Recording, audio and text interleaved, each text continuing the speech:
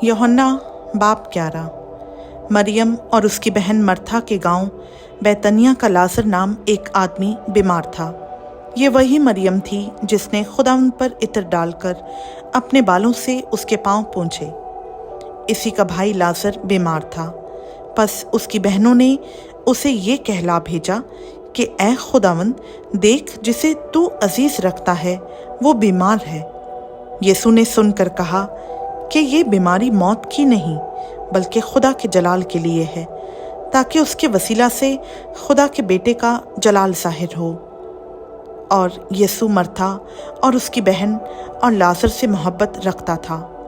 बस जब उसने सुना कि वो बीमार है तो जिस जगह था वहीं 2 दिन और रहा। फिर उसके बाद शागिर्दों से कहा, आओ फिर यहूदिया को चलें। शागिर्दों ने उससे कहा, ऐ रब्बी, अभी तो यहूदी तुझे संसार करना चाहते थे और तू फिर वहां जाता है।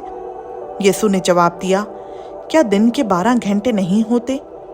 अगर कोई दिन को चले तो ठोकर नहीं खाता, क्योंकि वो दुनिया की रोशनी देखता है। लेकिन अगर कोई रात को चले तो ठोकर खाता है, क्योंकि उसमें रोशनी नहीं। उसने ये बातें कहीं और इसके बाद उनसे कहने लगा कि हमारा दोस्त लाजर सो गया है, लेकिन मैं उसे जगाने जाता हूँ।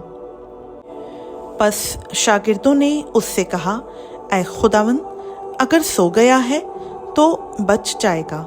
यीशु ने तो उसकी मौत की बाबत कहा था, मगर वो समझे कि आराम की नींद की बाबत कहा। तब यीशु ने उनसे साफ कह दिया कि लाजर मर गया, और मैं तुम्हारे सबब से खुश हूँ कि वहाँ ना था, ताकि तुम ईमान लाओ। लेकिन आओ हम उसके पास चलें। बस तोमा ने, जिसे तवाम कहते थे, अपने साथ के शागिर्दों से कहा कि आओ हम भी चलें ताकि उसके साथ मरें। बस यीशु को आकर मालूम हुआ कि उसे कब्र में रखे 4 दिन हुए। बैतनिया यरूशलेम के नज़दीक करीबन 2 मील के फासला पर था, और बहुत से यहूदी मर्था और मरियम को उनके भाई के बारे में तसल्ली देने आए थे। बस मर्था यीशु के आने की खबर सुनकर उससे मिलने को गई, लेकिन मरियम घर में बैठी रही। मर्था ने यीशु से कहा, ऐ खुदावंद, अगर तू यहाँ होता तो मेरा भाई ना मरता। और अब भी मैं जानती हूँ कि जो कुछ तू खुदा से मांगेगा वो तुझे देगा। यीशु ने उससे कहा, तेरा भाई जी उठेगा।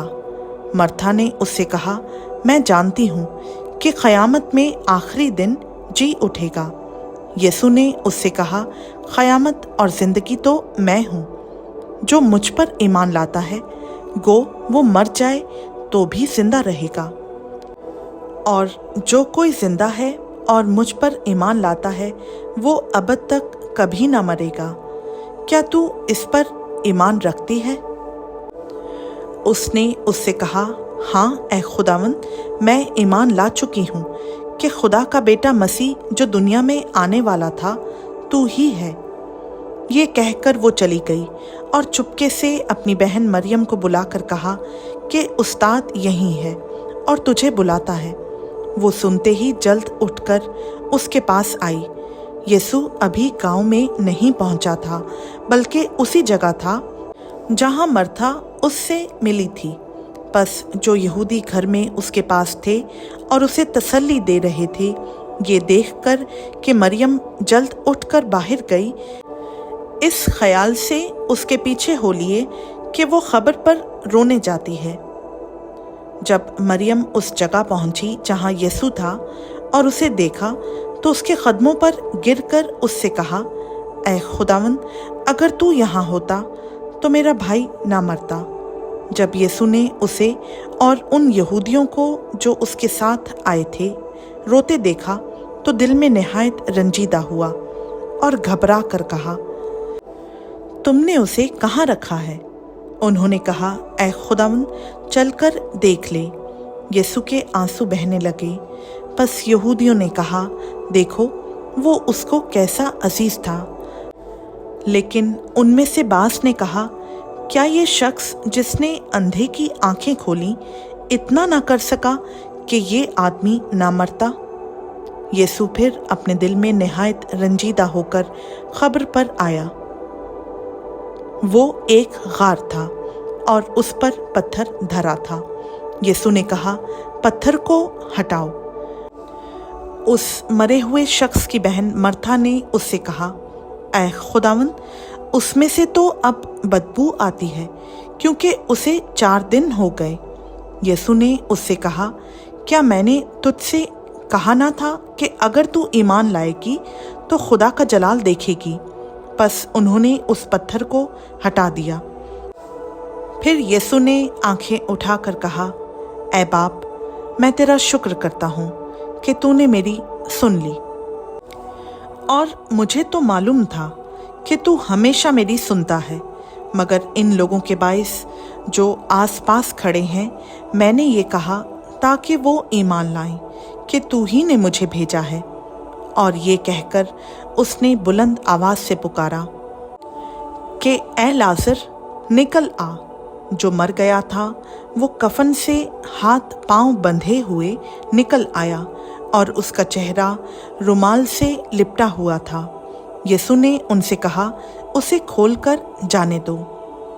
बस बहुतेरे यहूदी जो मरियम के पास आए थे और जिन्होंने यीशु का ये काम देखा उस पर ईमान लाए, मगर उनमें से बास ने फरीसियों के पास जाकर उन्हें यीशु के कामों की खबर दी। बस सरदार काहिनों और फरीसियों ने सदरे अदालत के लोगों को जमा करके कहा, हम करते क्या हैं? ये आदमी तो बहुत मौजज़े दिखाता है। अगर हम उसे यूं ही छोड़ दें तो सब उस पर ईमान ले आएंगे और रोमी आकर हमारी जगह और कौम दोनों पर कब्जा कर लेंगे। और उनमें से काइफा नाम एक शख्स ने, जो उस साल सरदार काहिन था, उनसे कहा, तुम कुछ नहीं जानते और ना सोचते हो कि तुम्हारे लिए यही बेहतर है कि एक आदमी उम्मत के वास्ते मरे, ना कि सारी कौम हलाक हो। मगर उसने ये अपनी तरफ से नहीं कहा, बल्कि उस साल सरदार काहिन होकर नबूवत की कि यीशु उस कौम के वास्ते मरेगा।